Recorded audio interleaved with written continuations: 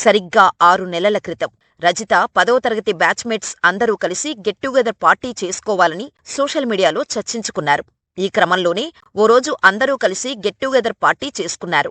ఈ సమయంలోనే నల్గొండ జిల్లా గోడుకొండ్ల గ్రామానికి చెందిన 10వ తరగతి క్లాస్మేట్ సూరు శివకుమార్, రజిత మధ్య మళ్లీ పాత స్నేహం చిగురించింది. అక్కడే రజిత, శివకుమార్ ఇద్దరూ ఫోన్ నెంబర్లు ఇచ్చుకున్నారు.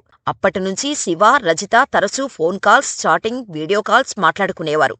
ఈ క్రమంలోనే రజిత తన బాధను శివతో చెప్పుకుంది.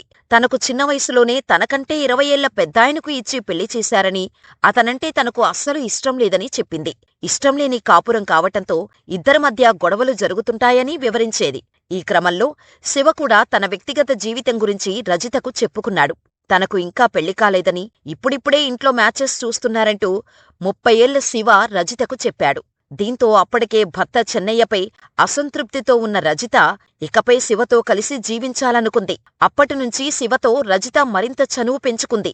ఈ క్రమంలోనే శివ, రజిత చాలాసార్లు శారీరకంగా కూడా దగ్గరయ్యారు. ఈ క్రమంలోనే తనను పెళ్లి చేసుకోవాలని శివను రజిత కోరింది. అయితే పిల్లలు లేకుండా తనతో వస్తానంటే ఖచ్చితంగా పెళ్లి చేసుకుంటానని శివ చెప్పాడు. దీంతో ఎలాగైనా పిల్లలను అడ్డు తొలగించుకొని శివతో కలిసి వెళ్లిపోవాలని రజిత నిర్ణయించుకుంది. ఈ క్రమంలో మార్చి 27వ తేదీన రాత్రి భోజనంలో చెన్నయ్య పప్పన్నం, పిల్లలతో కలిసి రజిత పెరుగన్నం తిన్నారు.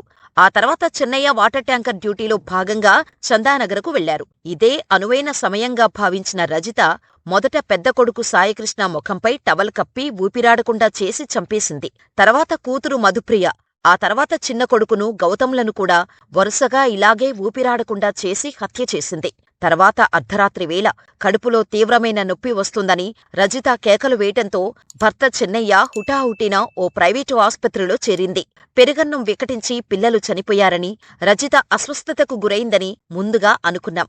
కాని ఆ తర్వాత విచారణలో భాగంగా కాల్ డీటెయిల్స్, ఇతర అంశాలతో రజిత, శివకుమార్ మధ్య ఉన్న సంబంధం గురించి తెలిసింది. పిల్లల పోస్టుమార్టం నిర్వహించిన గాంధీ ఆస్పత్రి వైద్యుడు కూడా పెరుగన్నంలో విషంలాంటిది ఏదీ లేదని రిపోర్టిచ్చారు. ఆ తర్వాత విచారణలో మరిన్ని కొత్త విషయాలు తెలిశాయి. సంగారెడ్డి ఎస్పీ పరితోష్ పంకజ్ వెల్లడించారు.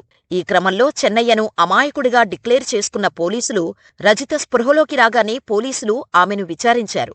దీంతో పెరుగన్నం తిన్న తర్వాతే ఇలా జరిగిందని, నా పిల్లలు ఎక్కడున్నారంటూ రజిత గట్టిగా ఏడవటం మొదలుపెట్టింది.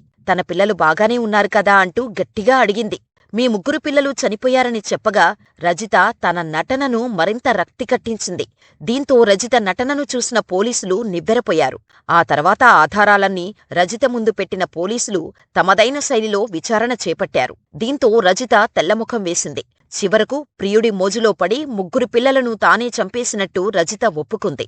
దీంతో నిందితురాలు రజితతో పాటు ఆమె ప్రియుడు శివను కూడా అరెస్ట్ చేసిన పోలీసులు రిమాండ్కు తరలించారు. ఇది చాలా దురదృష్టకరమైన ఘటన. తల్లీ పిల్లల మధ్య సంబంధం స్వచ్ఛమైందని సమాజం భావిస్తోంది. కాని ఇక్కడ అలా జరగలేదు అని ఎస్పీ పరితోష్ పంకజ్ ఆవేదన వ్యక్తం చేశారు. భార్య చేసిన ఈ క్రూరమైన పనితో 50 ఏళ్ల వయసులో చెన్నయ్య ఎవరూ లేని ఒంటరిగా మిగిలిపోయాడు.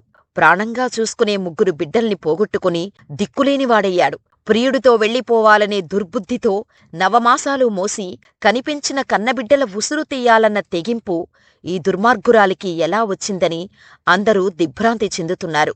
మాతృత్వానికి మాయని మచ్చ తెచ్చిన రజితకు, ఆమె ప్రియుడికి ఎలాంటి శిక్ష విధించాలో మీ అభిప్రాయాలను మాకు కామెంట్ రూపంలో తెలియచేయండి. ఇలాంటి మరిన్ని వీడియోల కోసం మన ఛానల్ని సబ్స్క్రైబ్ చేసుకుని ఈ వీడియో మరింత మందికి చేరేలా షేర్ చేయండి, లైక్ చేయండి.